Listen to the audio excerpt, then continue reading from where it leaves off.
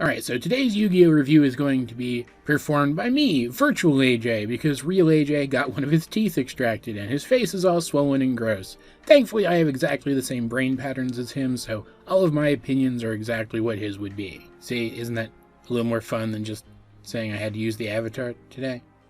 Anyway, today we're talking about a few chapters crammed sort of in the middle of the Duelist Kingdom saga. These are the chapters that really get the plot of the arc started. Like, yeah, Pegasus showed up at Yugi's house via a videotape that may or may not have been possessed by him, or something.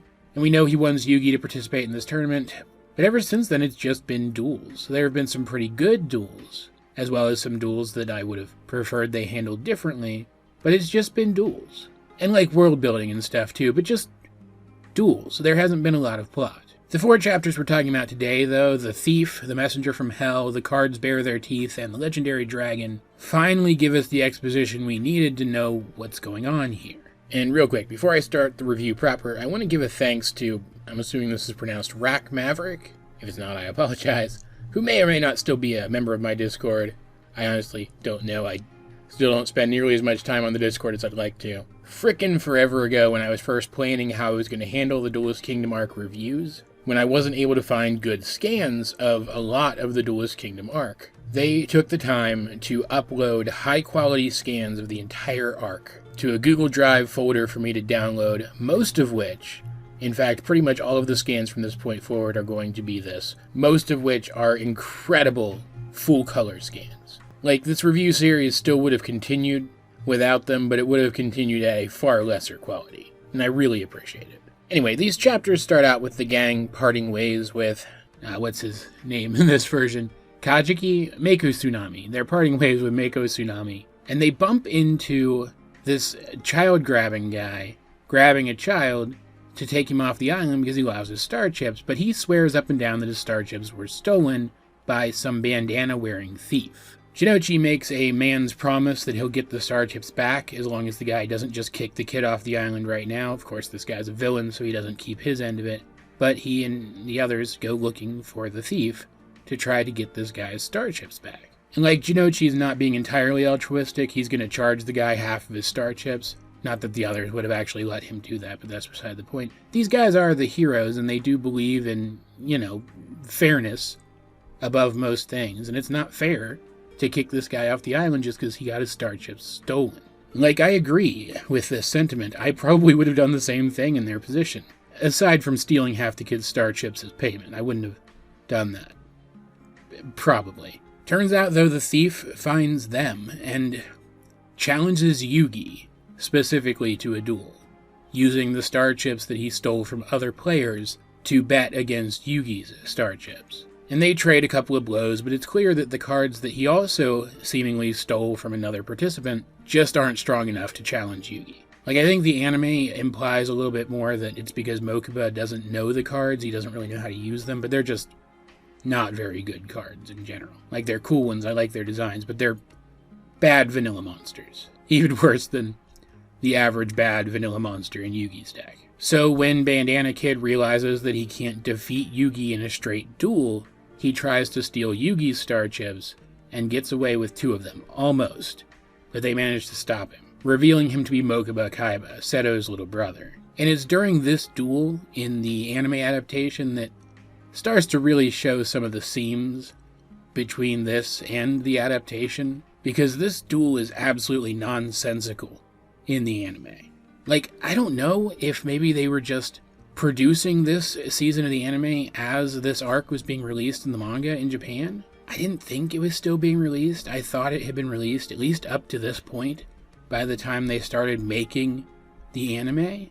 But because they made the duel arenas so big in the anime, this just doesn't make any sense. In the manga, Mokuba is able to grab Yugi's star chips because they're sitting at a table in a battle box right next to each other. But in the anime, he just somehow teleports to Yugi's side of the giant holographic arena, snatches his stuff, and Super Mario's himself away. It's absolute nonsense, as is the fact that the anime still treats it like we're supposed to know who Mokuba is.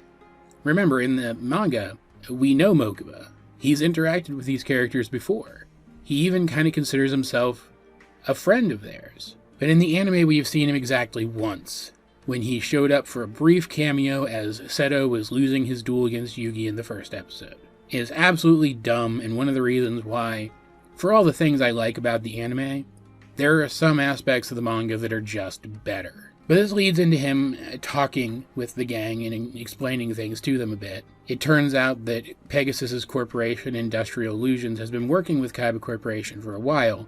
In fact, Kaiba himself designed the battle boxes that Industrial Illusions is using here. They aren't just a different application of that same technology that he came up with elsewhere for Death Tea. These are literally his battle boxes, and that's going to be important for the resolution of the next duel to come. But Pegasus wants Kaiba Corporation. He wants control of it. And now that Kaiba is out of the picture, he has the chance to make a play for it, as the main stockholders within the board of directors, the Big Five, now have control of the company with Kaiba in a coma. We find out he is still under the effects of the Mind Crush penalty game that Yugi inflicted upon him and is in a coma.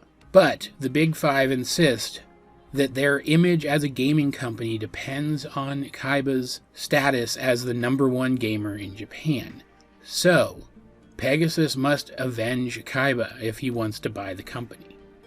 Hence, he has to beat Yugi.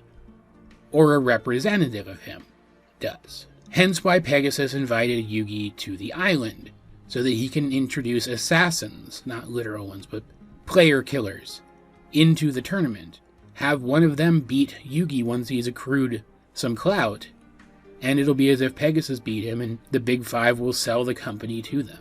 Mokuba is literally only here because he put himself in the way of this scheme by swallowing a key to Kaiba's safe containing important documents. They're literally waiting for him to poop the key out, something that he delights in the manga version. And I thought that was very funny and in character for him as a young kid character, who's kind of a little shit, honestly. Like, all this is nonsense. It doesn't really make any sense outside of the context of this world, but this is such a ridiculous world that you buy it. And now we have another piece to the puzzle, so to speak. Like, if I'm not mistaken, the dub tries to make it out like Pegasus is after Yugi's Millennium Puzzle too.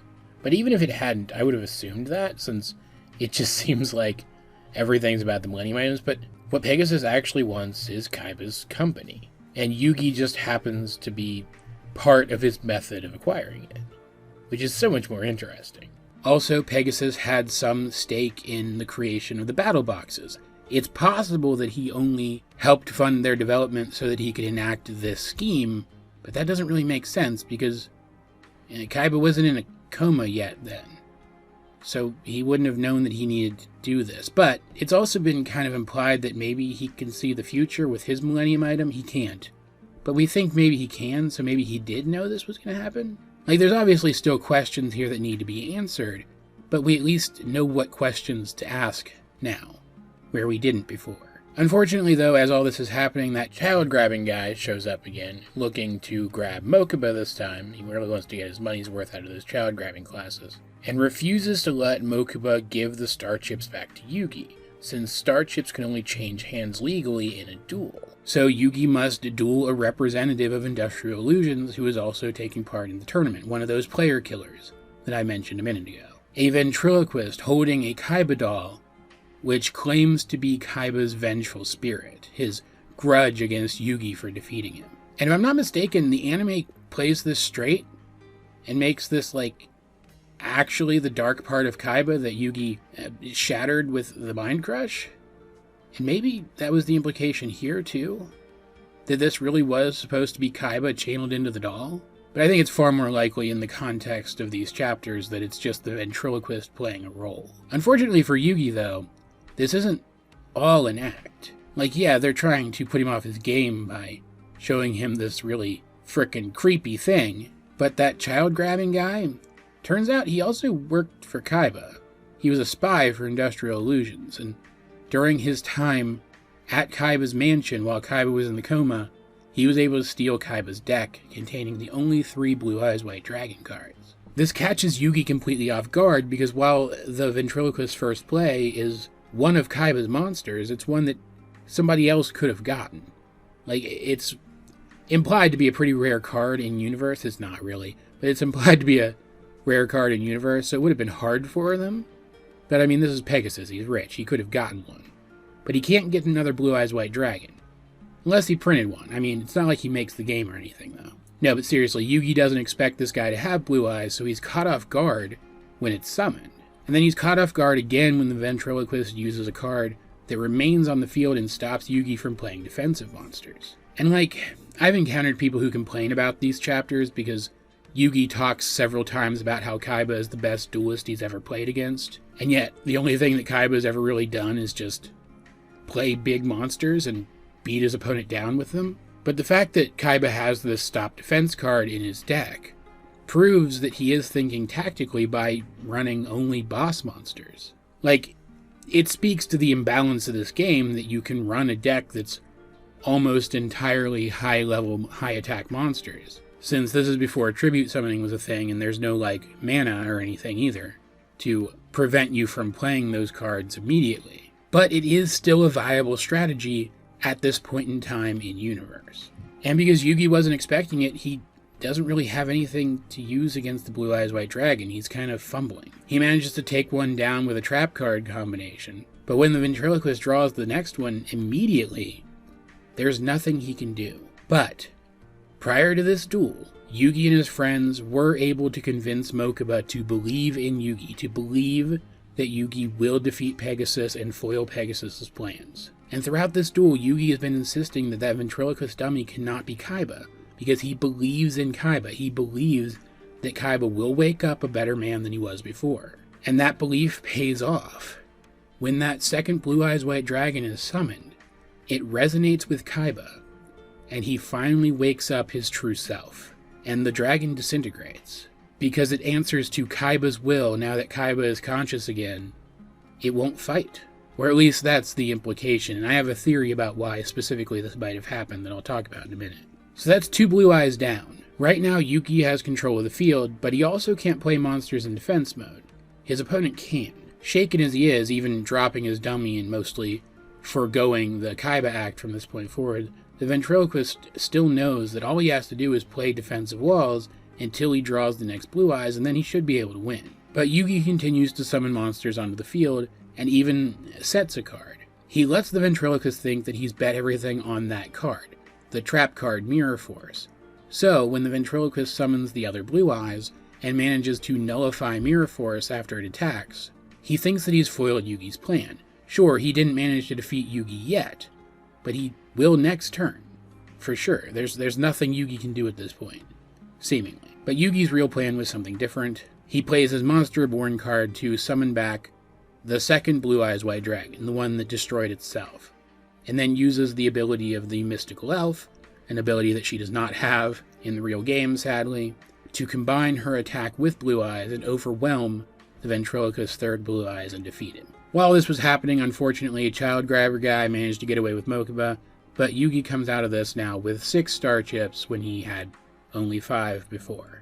And straight up, this is one of my favorite duels, not just of the arc, but of the entire franchise, I think. First of all, the art in this one is absolutely fantastic. There are, in particular, some amazing Blue Eyes shots throughout these chapters. I also like the callback to the original Duel Monsters chapter with the title, The Cards Bare Their Teeth. The title of that original chapter being The Cards with Teeth, of course. And if you remember, that was a chapter that established that these Duel Monsters cards come to reflect the hearts of the people who wield them and care about them. So my theory as to what happened specifically with that second Blue Eyes is, and I can't find where he said this, but I promise I did read this somewhere once.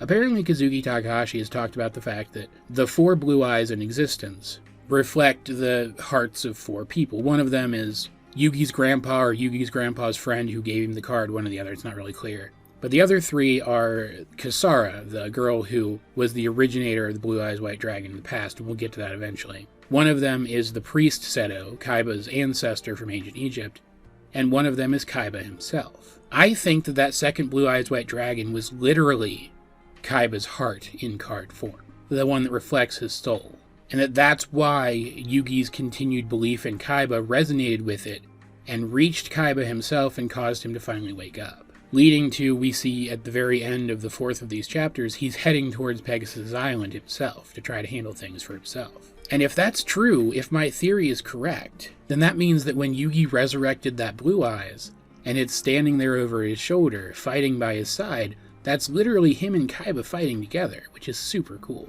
There was some other neat stuff here. There was some exposition from Mokuba about who Kaiba really is, that while he gets caught up with revenge schemes and stuff, he really just wants people to have better lives. His real dream being to establish Kaiba lands around the world so that kids will have somewhere fun to go and be kids. We also see for the first time some of Yugi's most iconic cards, in particular his magical hats. And we also get a little bit more confirmation of something that was implied back during Death Tea.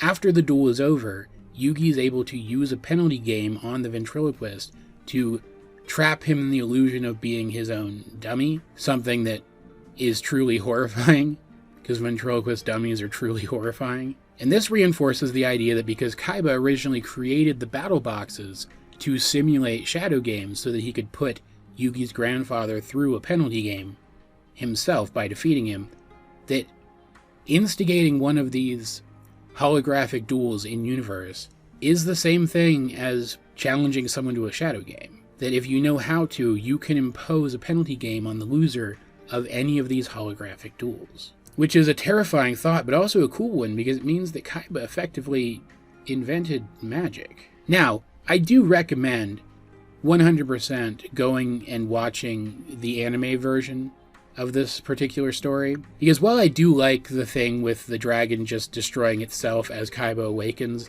a little bit better than what they do in the anime, Kaiba gets to do a lot more in the anime, and it's absolutely bonkers. And I'm not going to get into it here, but like, you should check it out. And if I'm not mistaken, they actually censor a decent amount of stuff in the dub and make it even more bonkers in the dub, so I'd actually recommend watching both the original version and the American dub of this story. You will not regret it. Still, these chapters are absolutely great. They're iconic, in fact, in my opinion, and rereading them has really gotten me hyped for what's coming next. All of that said, though, guys, what do you think of these 4 chapters of Yu-Gi-Oh! Where Yugi duels what appears at first to be Seto Kaiba?